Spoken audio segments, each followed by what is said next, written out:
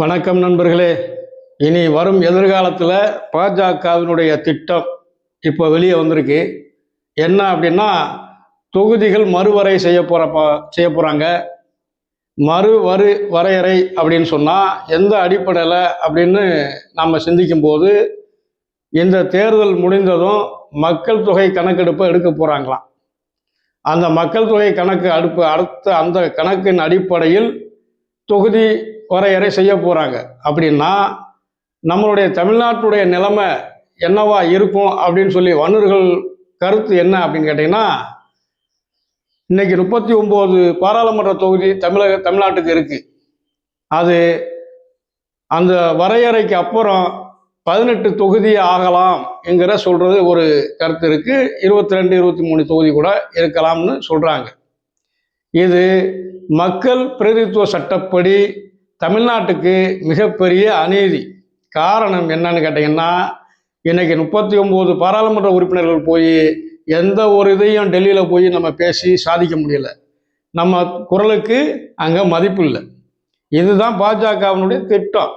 இது ஏன் இந்த நிலைமைக்கு ஆளாகணும் அப்படின்னு சொன்னால், அதுக்கும் கடந்த காலத்தில் ஒன்றியத்தை ஆண்டு கொண்டிருந்த காங்கிரஸ் மக்கள் தொகையை குறைக்கணும் அப்படிங்கிற அடிப்படையில் 2 குழந்தைகளோட குடும்ப கட்டுப்பாடு பண்ணிக்கிறணும் அப்படின்னு சொல்லி அறிவிச்சாங்க. அதை தென் மாநிலங்கள் சரியாக கடைப்பிடித்ததனால் இன்றைக்கு மக்கள் தொகை கட்டுப்பாட்டில் இருக்கிறது.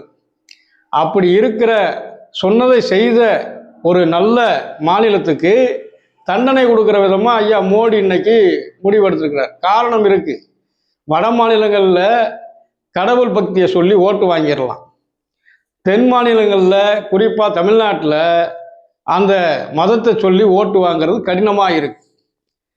தமிழ்நாடு பல்வேறு ராஜ்யங்களுக்கு தலைவலியாக தான் இருந்திருக்கு. மன்னர்கள் பல படையெடுத்து வந்தவங்கெல்லாம் தமிழ்நாட்டில் வந்து நீடிச்சு இருந்தது இல்லைங்கிறது வரலாறு, சரித்திரம். இவர்கள் குரலை நசுக்க வேணும்னு சொன்னால் இன்னும் தொகுதியை குறைக்கணும். அப்போ இது என்ன மாதிரியான ஒரு அணுகுமுறை?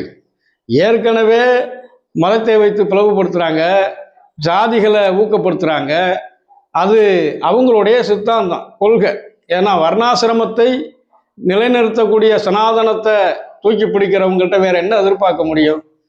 அப்போ இந்த காலகட்டத்தில் நாம் தமிழர்கள், தமிழ் மக்கள், தென் மாநில மக்கள் பொதுவாக எல்லோரும் வெகுண்டெழுந்து போராடக்கூடிய ஒரு அவல நிலைக்கு தான் இந்த மோடி அரசாங்கம் உருவாக்கிட்டு இருக்கு.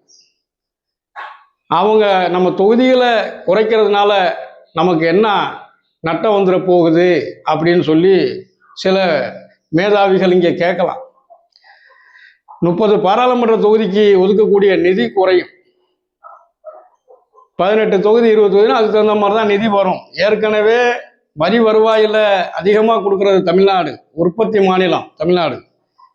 ஏற்கனவே வஞ்சித்துக்கிட்டு வாங்குற நிதியில் வரியில இருந்து ₹1 வாங்கினா 29 பைசா தான் திரும்ப கிடைக்குதுன்னு சட்டசபையிலேயே சொல்கிறாங்க. அதுக்கு மறுப்பு சொல்ல முடியலை.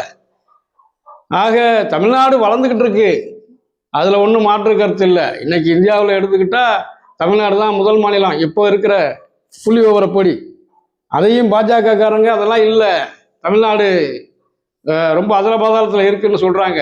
அது அவங்க கொடுக்குற, அந்த அரசு கொடுக்குற புள்ளி விவரத்தை அவங்க பொய்ன்னு சொல்கிறாங்களா அல்லது இவங்க பொய் பேசுகிறாங்களாங்கிறது மக்களாகிய நாம் தான் அதை ஆய்வு செய்யணும். ஏன்னா பாஜகக்காரங்க வாயில் என்றைக்குமே வந்து உண்மை வரப்போகிறது இல்லைங்க.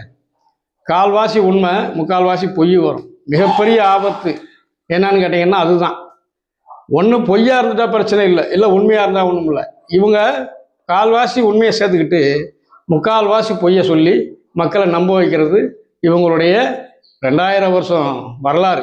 ஆரியத்தினுடைய எச்சம் மிச்சம்தான் இன்னைக்கு இருக்கிற பாஜக என்பதை நாம் மறந்துவிடக்கூடாது.